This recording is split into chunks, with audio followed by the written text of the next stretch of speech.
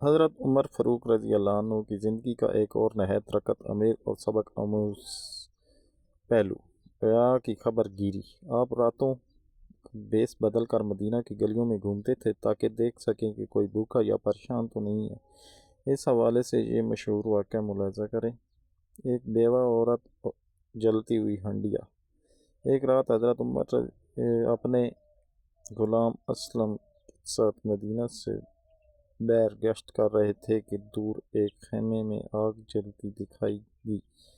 آپ وہاں پہنچے تو دیکھا کہ ایک عورت ہنڈیا چولہے پر چڑھائے بیٹھی ہے اور اس کے بچے گرد بیٹھے رو رہے ہیں۔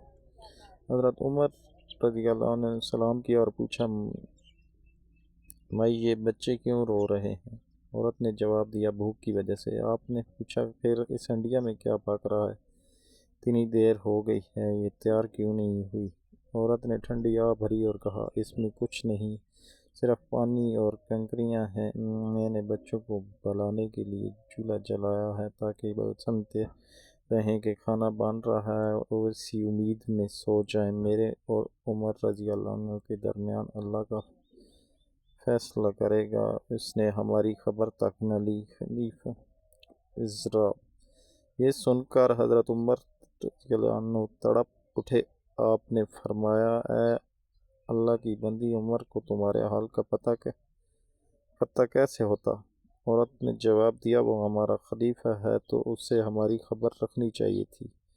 عمر فوراً وہاں سے پلٹے اور بیت المال سرکاری خزانے پہنچے۔ وہاں سے آٹا، گھی، کھجوریں اور دیگر سامان ایک بورے میں ڈالا۔ جب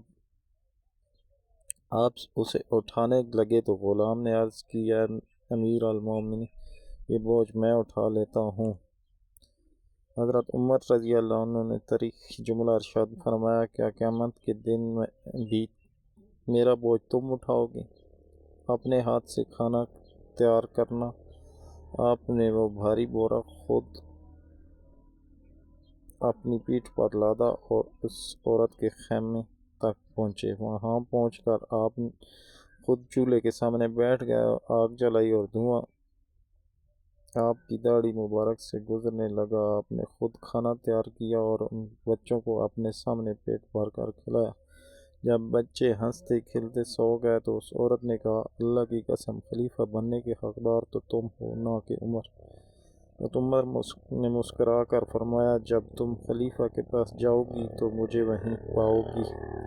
نے اس عورت کا وظیفہ مقرر کر دیا تاکہ آئندہ اسے ایسی تکلیف نہ ہو۔ سبق: ذمہ داری کا احساس۔ ایک سچا مسلمان حکمران اپنی رعیت کی ہر فرد کے لیے جواب دہ ہوتا ہے۔ خلوص نیت۔ نیکی صرف مال دینے کا نام نہیں بلکہ خود اپنے ہاتھوں سے کسی کی تکلیف دور کرنا اصل نیکی ہے۔